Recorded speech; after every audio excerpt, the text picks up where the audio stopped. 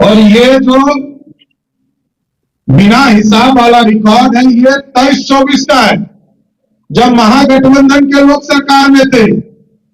जो सीएजी ने रिपोर्ट किया है, तो वो अपने ही सरकार पर प्रश्न उठाने का काम कर रहे हैं कि महागठबंधन के लोग ये कहने के लिए कि मुख्यमंत्री जी अचल अवस्था में है, मैं इसका घोर विरोध भी करता हूं और इनको सचेत भी करता हूं कि आपको जो मुख्यमंत्री लगातार काम कर रहे हैं, इस तरह का वक्तव्य आपको देने का अधिकार किसी भी कीमत पर नहीं।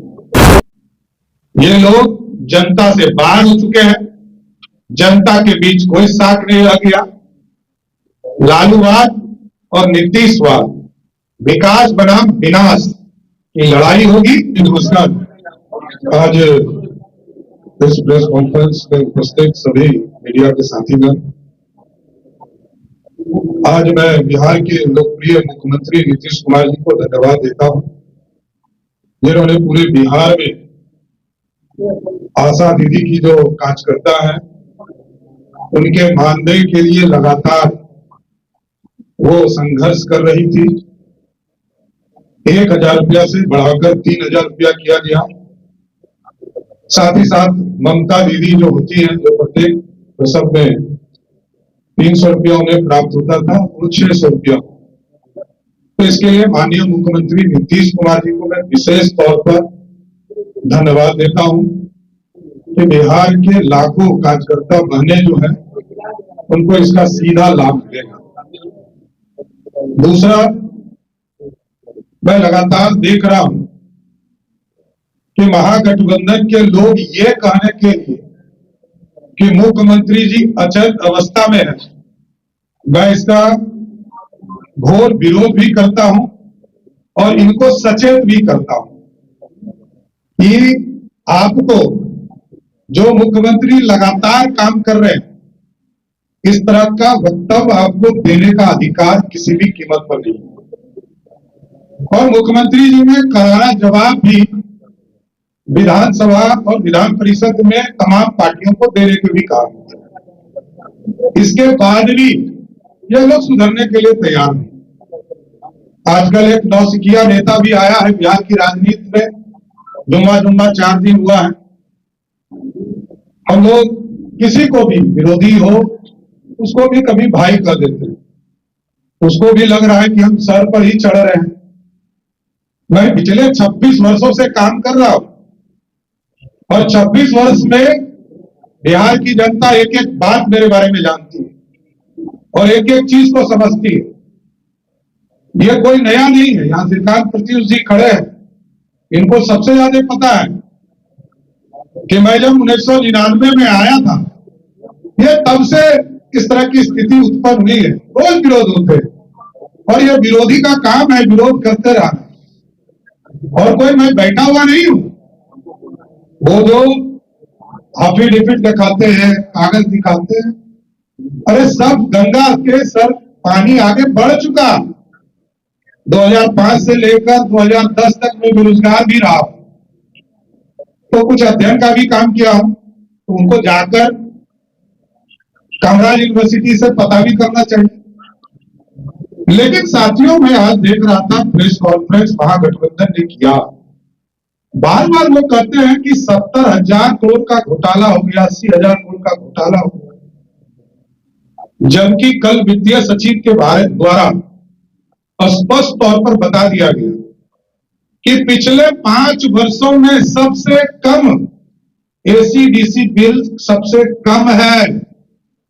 और ये जो बिना हिसाब वाला रिकॉर्ड है, ये 23-24 का है, जब महागठबंधन के लोग सरकार में थे।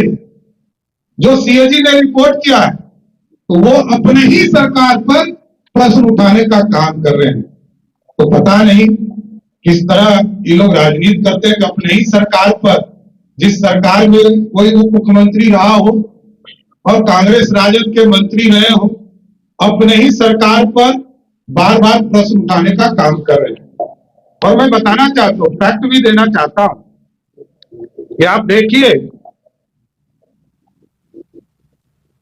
31 मार्च 2020 को 79,000 करोड़ रुपया का एससीडीसी बिल नहीं प्राप्त हुआ था। 31 मार्च 2021 को 92,000, 31 मार्च 2022 को 99,000, 31 मार्च 2023 को 87,000 और इस बार 70,000। इसी के लिए मैंने कहा सबसे कम। और ये 1,15,000 करोड़ रुपया था। हम बता देता हूं, 31 मार्च 2024 को ये 1,15,000 करोड़ रुपया था। बाद में 50,000 करोड़ रुपया का यूटिलाइजेशन सर्टिफिकेट प्राप्त हुआ। और आगे भी एक एक योजना का जो समीक्षा है वो राष्ट्रीय जनता दल के ही लोक लेखा समिति के अध्यक्ष होते हैं। पहले ललित यादव जी थे, अभी भाई वीरेंद्र जी हैं। यही लोग समीक्षा करके विधानसभा से पारित करेंगे।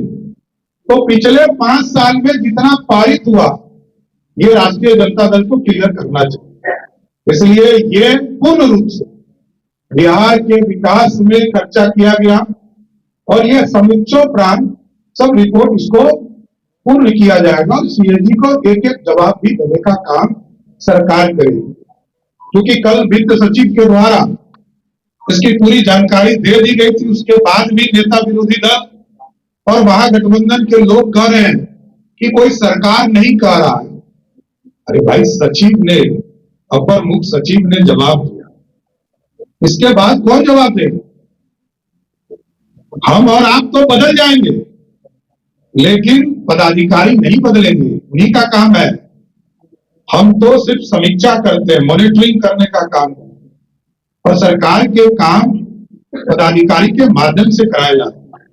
इसलिए इस लोकतंत्र में बिहार की सरकार लगातार बिहार के विकास के लिए काम कर रही है और बिहार की जनता को समर्पित करने का काम कर रही है। लगातार नीतीश कुमार जी के नेतृत्व में इंफ्रास्ट्रक्चर का काम हुआ, विकास के कार्य हुए और आगे भी 2025 में, क्योंकि इन लोगों को डर लगने लगा कि नीतीश कुमार जी ने बिहार के तमाम लोगों का सपना साकार कर दिया। 1,87,00,000 परिवार को सीधा 125 यूनिट बिजली का पूर्ण रूप से सब्सिडी देने का काम किया और आगे 3 वर्षों में सभी के घरों पर के छत पर सोलर प्लेट लगाकर 10,000 मेगावाट बिजली उत्पादन भी बिहार में हो। और जो विधवा बने, वृद्धजन है और जो दिव्यांग जन है उनके पेंशन को भी बढ़ाने का काम नीतीश कुमार किया। और जो हमारे नौजवान साथी है, 50 लाख लोगों को रोजगार देने का सपना पूरा किया, 49 लाख लोगों को मिल चुका। और नीतीश जी ने 2025 से 30 के लिए भी लक्ष्य तय कर दिया कि 1 करोड़ लोगों को बिहार में रोजगार देने का काम किया जाएगा। इसलिए ये लोग डरे हुए हैं, ये लोग जनता से बाहर हो चुके हैं, जनता के बीच कोई साख नहीं रह गया। लालूवाद और नीतीशवाद, विकास बनाम विनाश की लड़ाई होगी और फिर से जनता के आशीर्वाद से 2025 में एनडीए की सरकार होगी।